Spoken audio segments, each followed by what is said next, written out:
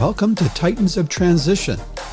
I'm really glad to welcome back my special guest, Laura Sheehan, award-winning career coach and strategist. I think one of the biggest challenges that I faced, and that I would say all of the people with whom I work face, is a feeling of overwhelm when you start thinking too far into the future. And whether you're launching a career, in your early stages of professional life, or if you're considering making a change, or if you have an opportunity in front of you that you're trying to evaluate, I think the biggest thing is really pulling everything back as close to the here and now as possible. Because when we start thinking, oh gosh, this decision I'm about to make is going to be forever, or if I do this, then I'm setting myself definitively on one particular path, it feels very constraining. It feels scary. It feels, I think it takes away people's certainty and confidence in what they are about to do. Hey, Laura. Welcome back to Titans of Transition. Thanks so much, Joe. Happy to be here. Now, I got to tell you, I'm really happy we finally connected. I just wanted to let everyone know that I invited you back for your second episode because I had received so much positive feedback on your first episode. You're back in the U.S. now in a different position. So can you tell us about that transition? I'll say first, Joe, thank you again for having me back. I'm really humbled to know that my words resonate with anyone. So I'm really grateful to be here and to hope that my experiences help other people navigate transitions a little bit better than I have throughout my life. So thank you for this opportunity. Now, to answer your great question, yes, almost exactly a year ago, it was the end of March 2021 that I started a new job, doing a lot of the same things that I was doing as an independent coach and consultant, but focused more on a specific group of people. I'm now working at a law school in the Career Services Center, helping third-year law students get ready to launch their legal careers, and also helping law school alumni later in their careers make transitions laterally. And sometimes that means going from one firm to the other. Sometimes it means leaving the law. Sometimes it means, rethinking where you are and where you want to go from there. So that was a year ago, and that was when I was still living in Tokyo, Japan. So I did my work remotely. First time and hopefully only time ever that I worked through the nights, literally. My days would start on East Coast time, and Tokyo being 14 hours ahead, I was working from 8 p.m. to 3 or 4 a.m. and then trying to catch up during the day, while also getting ready for our international move back to the States, which did end up taking place later than we had expected in June and July. So we got boots on the ground back here in the States in the early summer months, and it's been a true whirlwind since then. We had to get our house back in shape after renting it out for almost 7 years, and that was a lot of unexpected work and extra surprises. Yes. Surprises. So many surprises, Joe. And trying to line up workers and new appliance and things like that during COVID was an interesting adventure. But everything is in place now and squared away. So it's amazing what a little time and patience will do. Well, I can't imagine what it's like, number one, to have a position where you are that far out of phase with people time-wise. I did have some folks reporting to me in the Far East, but didn't have to be as engaged and work through the night, actually. I kind of put it on them. But anyway, and then to move, I've moved quite a few times over the course of my career and my life. Our last move was from Colorado down here to Florida. And that seemed like a big enough move. But, oh my gosh, when did your stuff finally arrive? And how did it get here? And was that impacted by the crazies of COVID as well? It was. I blocked that memory already, Joe. Right. We actually packed up our house in Japan in May, and we didn't see our things until November, almost December, because of all of the shipping delays. So our kids had to start school And thankfully, I think we had packed backpacks and, the bare school essentials into our luggage that we brought home with us. And we ended up having to, and I always hate having to do it. I feel so wasteful, but having to rebuy a lot of the stuff that we just needed to get us through. So got it all, everything was unloaded in late November, early December, and we unpacked as quickly as we could just to feel settled. And I really sincerely hope that I don't have to move again anytime soon. Oh, man. So we talked about this before, about your process in the first episode, which I will provide a link to in the show notes, but deciding to go to law school, going through becoming a lawyer, practicing, and then your husband being a diplomat, going overseas, and that whole situation. I'm just wondering, maybe it would be good for us to discuss how you landed on law and how you landed on what you're doing now. And I think sometimes people think that they know, like almost out of the crib, they know what they should be when they grow up, that there's some sunbeam that shines down on them and the enlightenment hits you and you're 100% confident. Obviously, everyone knows that's very rare and it's a process. So unpack that a little bit on your journey. Right. So many things are coming up for me as you're kind of setting the stage for that question and answer. I do believe that there are people that are out there that from a very young age know exactly what they want to do and are able to doggedly pursue that and see it through. I am always in awe when I meet those people. I did not have that same kind of aha moment at an early age, and I think I'm still very much figuring out where I've been and where I'm ultimately heading to. I guess going back, I always knew that, well, I'll go back even further. My mother, it was very important to my mother that I, as a woman, be able to provide for myself and my family. God forbid something happened to my partner in life and I was left in a position where I had to do so. So education and professional development were very, very important to her. She was a nurse and did wonderful in that career and that professional path. I was not so scientifically or mathematically inclined, and much to the chagrin of both my mother and father, who was a chemical engineer.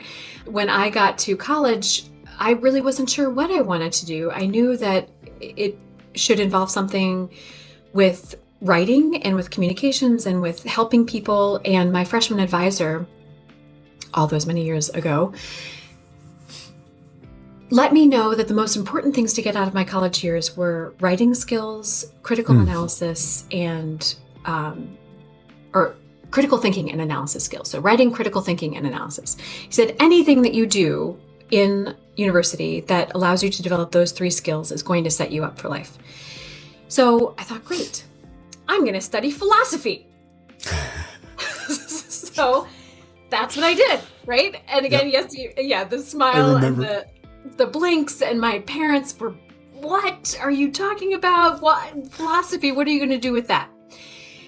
And I got to my senior year of college and really needed to make a decision about how things were going to go forward. So it seemed to me the next logical step was to go to law school, which years later, and I think I knew this subconsciously along the way, I discovered that being a lawyer had been my mother's lifetime dream. Like that is something that she had always wanted to do for herself. And just a few years ago, I found out that she had taken the LSAT and had been admitted to law school and ended up withdrawing her admission because I had just been born. And so I fulfilled her lifetime dream by becoming a lawyer. And I was absolutely honored to have the title lawyer once I got through law school and passed the bar, to start out in a law firm with a wonderful team of mentors and colleagues that really taught me how to be not only a good lawyer, but a good person as a lawyer, which I think was critical for my foundations moving forward. And shortly after that, I started moving and had to figure out how to pivot, how to leverage that degree and that experience into something else. And it has over time progressed. And in that process, I've been able to clarify what of the law I was meant to learn from, or what pieces of the law or a law career I was supposed to take forward with me, and what I was meant to shed at different points in my life. So here I am today. And when I got my job a year ago, I really felt as though I had come full circle, because going through all of the evolutionary steps, I'll call them, that I did over those 20 years, and finding myself back at a law school where I now am in a position to help other law students figure out how or if they want to launch their legal careers is amazing and truly mind-blowing. I love what you talked about, deciding on what you were going to keep and what you were going to shed. Coming to the conclusion, what part of the overall breadth of what it could mean to be a lawyer you were going to keep and what you're going to shed. And you being a career strategist on those years, you were out there in the field, I'll call it again. And the way you engaged with people in that whole process probably brought out some additional clarity around that whole decision-making process. I have several friends who are attorneys, and I never knew until I talked to my friend Don Frederico, which is also an episode plug. I'll put that in the show notes too. The path and the direction and the decisions need to be made when you get out of law school. A lot of people take a path of becoming a clerk for a judge. Some people take completely different paths. As you engage the students there and the alumni, how do you help them get clarity? I think one of the biggest challenges that I faced, and that I would say all of the people with whom I work face, is a feeling of overwhelm when you start thinking too far into the future. And whether you're launching a career, in your early stages of professional life, or if you're considering making a change, or if you have an opportunity in front of you that you're trying to evaluate, I think the biggest thing is really pulling everything back as close to the here and now as possible. Because when we start thinking, oh gosh, this decision I'm about to make is going to be forever, or if I do this, then I'm setting myself definitively on one particular path, it feels very constraining. It feels scary. It feels, I think it takes away people's certainty and confidence in what they are about to do. And ironically, not even ironically, I'll say coincidentally, the word confidence. And I think that we talked about this in our last episode too, Joe, is that its roots are in the Latin confidere, which means with faith. And that's all based on looking back at what you have done and all the things that you've accomplished, and leveraging the great experiences that you've already had to get ready for what is next to come. So when I talk to people about what decisions they're considering making, we really try to pull it back, say, this isn't a decision forever. Whatever you're going to decide now, you still have the opportunity to change. There are still 25,000 different ways that this could play out, depending on the way that life happens, what happens with other people that are in your immediate circle, whether that's your family, your friends, etc. So what's the best decision that you can make right now with all that you know that you've done, with the great education that you've had, with the experiences that you've already been through? What's going to be the best thing for you? What's the next best step based on where you've already been? And let's just take it one step at a time and see how this plays out. And instead of looking at it as a scary undertaking, viewing it as an exciting adventure. That's awesome. I think that the other thing that might play into this is that those who go through law school are of a certain personal wiring that makes them very detailed, critical thinkers, wanting to make the right call, not wanting to make any mistakes. And I was just thinking when you were unpacking that, if you look way far out, the farther out in the future you look, the higher the risk is you're going to arrive at the wrong destination. You don't have enough data. And so bringing people back in is great advice. But the other thing that comes to mind for me is that it goes against what might be an attorney's wiring to make them successful as an attorney. Now, I could be wrong. I see this in the people I coach in engineering and science as well, because there's similar kind of challenges. Anyone who's wired this way in general, you're so afraid to make a mistake, and you're viewing this as the ultimate decision event. I have to get 100% right. You forget that it's a learning experience. Life is a journey, and you're continually revisiting, looking back to see what you were successful in, what gave you joy, and what didn't, what you wanted to shed. So it's just interesting. I'm wondering, I mean, could you speak to that? Do you think that you run into that a little bit with folks who are pursuing a degree in law? So many thoughts running through my head right now. Yes, is the short answer. Yes, absolutely. The traditional path for a lawyer is you go to law school. You, during your law school years, have a variety of internships, both during the summers and potentially during the law school years, so that you're building up your law-related experience and your legal resume throughout those 3 years. And then upon graduation, the traditional, most easily thought of example of next steps would be to go to a law firm, the pinnacle of achievements being an AmLaw 100 or 200 law firm, meaning the biggest, the best, the most well-known, with the highest paycheck and the most prestige. And then moving up the proverbial ladder, starting out as an associate, potentially at some point, either right out of law school or within a year or two of graduation, doing a judicial clerkship, like you mentioned before, to really get the full breadth of experience. And then eventually becoming a partner in the law firm and seeing where your name goes on that list of the, last names for the actual law firm name, right? But that's just one of many trajectories that people can take. And I find, especially with law students, that they get really hung up on that vision that society has for the way that a lawyer's career should progress.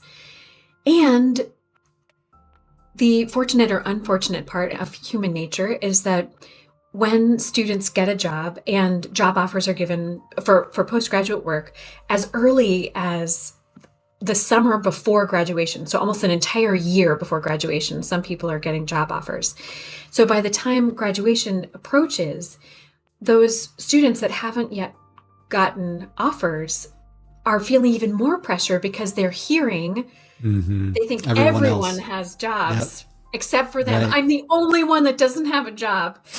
Because the only people who are talking about their employment are the ones that have jobs, and the people who aren't yet employed aren't speaking up, aren't asking for help, aren't recognizing that they're actually still in the majority of people that are graduating, those that are still seeking at that point in time. So it's a combination of societal norms, what we think is supposed to happen after graduation or after certain points in life, as well as what we're hearing from our peers and from our parents potentially about what we should be doing or what other people are doing at that stage in their job search process.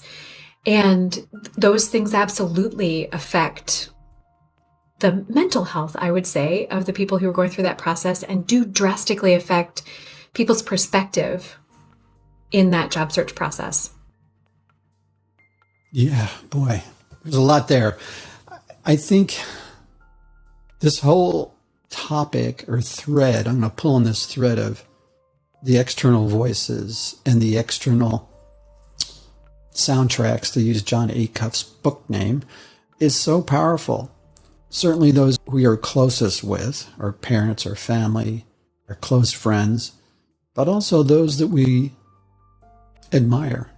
Maybe it could be fellow classmates that we admire, We may not say we admire them, but we're looking at them. And as they start to do well, and as we start thinking, I should be doing that. Why am I not doing that?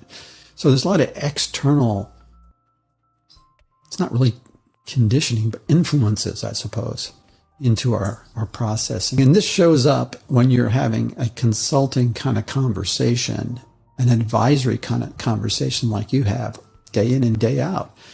And like I do as well with coaching, but it's just interesting how to get people to change their perspective. It's a process, I imagine, for you as well. And I wonder, do they tend to engage with you hurriedly if they're still in school? Do they try to go through a very short period of time engaging with you and then they move on? As for engagement, whether you're a student or an alum just starting out in your career or trying to make a transition later on, I found that the people who have any resistance to engagement are not ready to make a change. And so my approach is always, I am here and I work on your timetable. And when you're ready, then I'm ready. But don't come unless you're ready, because it just won't be a useful, we're not going to go anywhere until you're ready. So, and once they are ready, then regular engagement, and I found to be the magic kind of amount of time between appointments is about 3 weeks, because it's enough time for them to make progress on the goals that they've set for themselves, enough time for them to hear back potentially from the contacts that they've made, enough time for them to get a response on their resume submission, but not too much time that we let opportunities slip away or that we lose momentum. So generally I meet with people every 3 weeks until they land their job. Yeah, it's interesting because that time frame, if you go, I would say when you're in a coaching engagement, if you go beyond a few weeks, I would say 3 weeks would be the outside, you lose momentum. So let me ask, how has the current environment impacted the legal profession?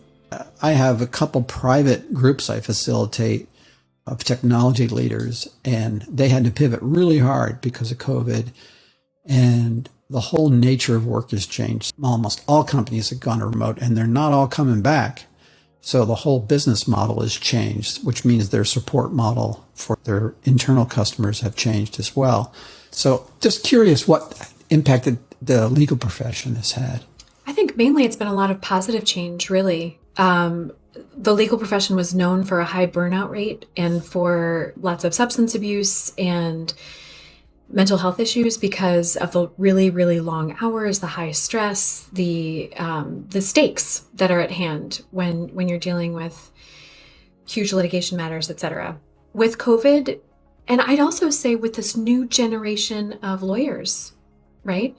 The millennials, but then the generation after millennials too, and I can't remember right now what. I don't remember either. It's not coming to mind, but millennials are demanding a better work-life balance, and COVID, I think, helped accelerate that in the legal profession, where now most law firms are working on a 3-2 schedule at best. So 3 days in the office, 2 days at home, or reverse, one or the other. A lot of court appearances are virtual now instead of having to be in person, which also I think has helped cut down in terms of billing, because transportation costs for attorneys to go from the law firm to the courthouse would go directly to the client. So that's also helped in terms of efficiency and transparency in terms of the billing costs. I think that now in terms of, I'd say the one negative of COVID and the new hybrid schedule has been that new associates, especially, so those new lawyers just starting out in the legal profession, it's been harder for them to connect to their team and to their supervising attorneys because they're not in person. And it's just easier to be able to walk down the hall and knock on somebody's door than it is to try to get on someone's schedule for a Zoom call or for a telephone call. So there's been a lot of extra effort, I think, put into the onboarding process during a hybrid schedule, making sure that associates feel connected and that they're not too isolated. And I think so many people are still working through the balance of both working from home and working in the office, that it's still very much a work in progress. But for the most part, I would say it's been, I think very that positive mirrors changes what we've seen in the other areas as well. And one of the big challenges for the CIOs in that group that I have is they've worked through all the technology issues. It's really that social piece. and how they support with technology the social piece. So it used to be you would have meetings and maybe 5% would be remote. The folks would be remote. Now it's like flipped around. And to your point, feeling a part of a team and having interaction with your boss, the water cooler talks and all those kinds of things, it's put a lot of pressure on leaders and managers to really serve their people and to really initiate reaching out.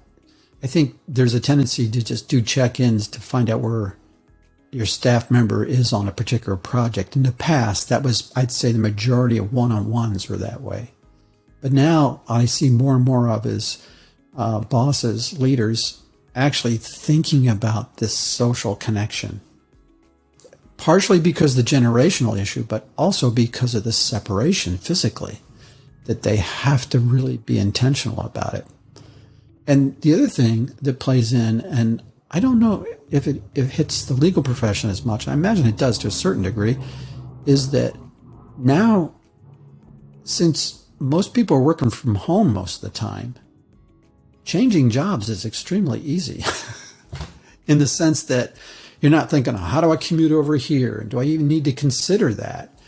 Now, a lot of jobs are virtual, and the stickiness of an employee in an organization is a real issue. And so retention's a big problem. It's just interesting how this impacts, I talk about transitions, career and life transitions, but this external shift has made a big impact on all professions. Absolutely. I think part of that retention too, and I've been thinking a lot about this with our current team, is a sense of belonging. And when you don't have those outside of work opportunities or outside of work conversations, there's not really a natural way to ask people or to learn more about people's personal lives or selves outside of the office. And without that deeper level of connection, it's much more difficult to create that sense of belonging, that personal connection between team members. Yeah. So let me ask you this. I'm going to give you a couple thoughts in terms of advice that I often give people. They're going through a transition. They feel like something's out of kilter in their current situation, job. They don't feel enough joy in what they're doing. I usually go back to what is innate inside of you, I would say, to the individual that you get a lot of joy out of. What things, the nature of your work or your job that you really like that seem to come very easy and give you energy. Don't drain your energy, but give you energy that you feel like you could keep doing this for 12 hours a day and you'd be fine. Those would be things that you would keep versus those things you would shed. So start to get clarity on that. And then the other thing I ask people is, externally, what do you feel you have gotten validation from? So as people have come to you and said, wow, you really did a good job at that. That was great. You're getting that external, genuine validation on some nature, some aspect of what your job or position is. And then now take that and say, how does that work with what you're doing? Those inputs. And you combine, what gives you energy, what you feel like comes easy with the external validation of others, and then what do you feel passionate about? Sort of looking at that Venn diagram. I'm wondering how that aligns with your experience, and I'm wondering if there's some other key thing that you would bring forth as you advise those that you help and you serve. Yeah, I do a couple of exercises that are very similar to what you're talking about, because all really of the people with whom I work are looking to shape their future in some way that they don't really even necessarily know what direction they're going in, but how to define that direction and then take action. And again, my first step is to look back and to do a timeline exercise where we plot 3 different sets of points. Your proudest moments, and sometimes people get hung up on the word proud. So your highest of highs, right? Those moments that, like you just described, where you're like, this is awesome. I love that. That was so great. Yeah. And it really encourage people to think not just about when they have those feelings at work, but when do they have those feelings outside of work? Because a lot of people, maybe it's training for a triathlon, or maybe it's something related to their children, or volunteering in some capacity, or what are those moments, regardless of the setting, that just make you feel like you are on the top of the world? And then the opposite moments, your lowest of lows, those moments where you look back and either you think, oh my gosh, I never want to deal with that again, or that was just awful, or whatever it was that just made you feel terrible. What were those moments? And then your pivot points, those moments where you're just kind of going along and then something happens that make you completely change direction, like a hard right. You're just going along and then something happens and you're on a different course all of a sudden. And I then encourage people so you plot all these points, you can do it however you want, all different colors, all different, whatever, whether it's on a tablet or a dry erase board or just a piece of paper or whatever it is that makes you happy and gets your creative juices flowing. And then to think about, what was it about those proud moments that made you feel so great? Who was with you? Where were you? What verbal feedback were you getting? What was happening? What brought you to those moments? And then same with those lowest of lows. What was going on what were the common themes, right? That are tying together your proud moments and your not so great moments separately, of course. The common themes for your highest of highs and the common themes for your lowest of lows. And your highest of highs, those are going to reveal your inner strengths, your inner talents, the things that you need to be magnifying in order to live out the purpose that you were brought to this earth to live out. And those lowest of lows indicate a couple of things. One, potentially gaps in your education or experience that you need to fill, that you need to address in order to be able to move on and to really thrive. Or situations, people, circumstances that you absolutely need to avoid in order to make sure that you are performing at your optimal level. And then those pivot points are revelatory of your core values, the things that you are willing to change anything in order to maintain. An example of my core values would be that one time, it was actually right after we arrived in Japan, I was so lucky as to be offered a job, and it came with a title and a salary that I had been yearning for years. And I was so excited about this opportunity. And I was in the last phases of negotiating my salary for that particular position and all the benefits and all the other things that were going along with it. And the same day that I was about to finalize those negotiations, my younger daughter ended up in the hospital. She had already had a broken arm, so she had a big cast on her arm already, and she was hospitalized for double pneumonia. So there she was, super sick. I couldn't leave her side, was in the hospital, sleeping overnight with her, and realized I can't take this job. And it was because I knew that I needed to be able to be present to my kids for this period of my life. Right. And what that did for me was not only it empowered me to be able to go back and say, I'm so sorry, I can't take this job, but then also not to have any regret in making that decision, because I knew that it was in alignment with what was most important to me in my life. So getting clarity on your innate skills and talents, getting clarity on the things that you need to be doing. You must be doing these things in order to live your best life. And also getting clarity on the things that take away from your ability to magnify your natural strengths and talents. And also getting clarity on what is the most important to you in your life. Those three sets of data points combined really help people set their direction, stay on the path, and make good decisions for themselves whenever they might be presented with another course or another opportunity. So that's really where I spend a lot of my time with students and with alums, with all of my former clients in the expat world. And as a supplement, sometimes we also do visualization exercises where we talk about your ideal day. When you, from the time that you wake up until the time that you go to bed, what are you doing every single minute of the day? And that needs to include things that you're doing in your personal life as well as in your professional life. And we get into a description of what your office or what your work environment looks like. Is it outside? Is it inside? What are you wearing? Who are you talking to? What kind of things are you working on? Is it something with a deadline? Are you working by yourself? Are you working with a team? And all of those things, again, combined, really help us filter out what is a good fit for you and what is a good fit maybe for, or what do we need to push aside? Yeah, I really love that. When you were talking about looking back, and as you went through that visualization exercise almost, it's a memory driven, but it's really, you're getting into this sort of 360 degree, all senses engaged description of those experiences, making them as vivid as possible.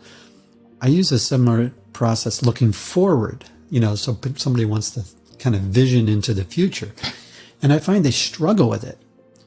Their mindset's kind of compressed in the possibilities, and they're kind of blurred in terms of their ability to see the situation. That's why you're having a conversation with them. But they can remember the past pretty well. I always feared when we're visioning forward, like in strategic planning, you tend to be constrained as to what you can do when you look forward by where you are today and in the past. But I really like the way you have positioned that. I think I may have to adopt that. I think it gives people a lot more insight than just saying, what are you good at? Well, right. Yeah. And it also, I think it helps remove those external voices that we've been talking about, because their experiences. Yeah, it's what their experience was. It's not shoulda. Right. Right. And the should is really what clouds the future for so many people that I work with. So the looking back and seeing what has worked and what would you want to repeat and how do we fold that into your. And I suppose the should does show up a little bit in the backward view, would be expressed as, this wasn't a good experience, because I felt like I could have done better, or I should have done better, or, I didn't enjoy it, but I should have enjoyed it. I mean, maybe they won't use that word, but it might be something to unpack. But it's very powerful. I really like that.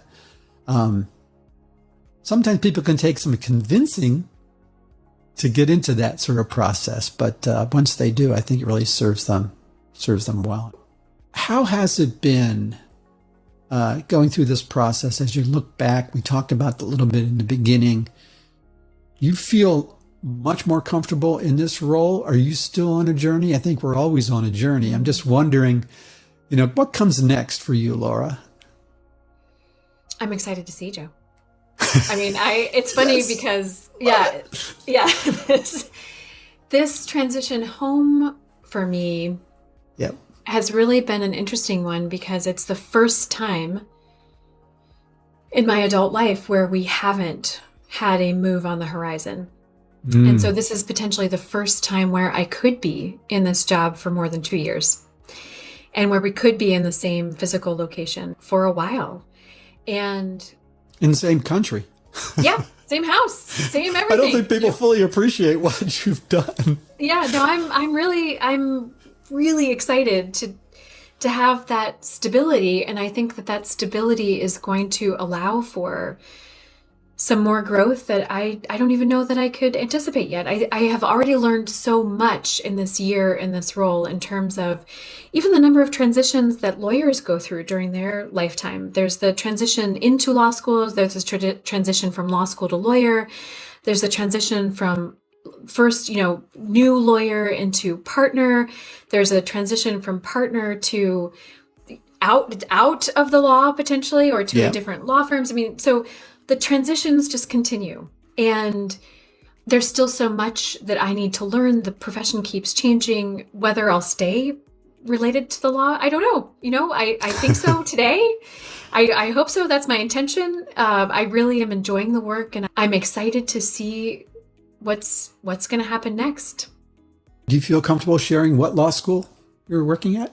Oh, Oh, sure. Yep, it's on my LinkedIn profile. I work for the George Washington University Law School. It is the oldest in our nation's capital, one of the largest in the country. We graduate close to 600 students every year, so it's a big pull every year to help that many students get jobs right out of law school. It's a great adventure for sure. It's a great group of students, great group to work with. And were you associated with that school previously? I was not. Okay, I was just kind of curious. Yeah. Yeah. So how did that opportunity come to you? You know, so, great question. Last November, it was 2 years ago almost. So October, November timeframe of 2020, I really started turning on my job alerts and starting my job search in earnest, because I knew we were going back to the States in the spring or summer of 2021, and you need to build in time for that kind of search. And I had an inkling that the next logical step for me was going to be in higher education. I had started working with some of my kids' schools on professional development programming for their graduates, and I'm just curious to see how my kids are going to develop and how their careers are going to play out. And I felt as though those pieces were coming together for me. So I started looking for opportunities in higher education. And December 1st, 2020 was when the job vacancy notice for this position popped up on my feed. And I applied that day and then waited and was holding my breath, biting my nails, waiting to see how this was going to play out, because I was so convinced that this was the role for me, and really celebrated a couple months later when the position was offered to me. I was so excited. That's great. Laura, this has just been a great time.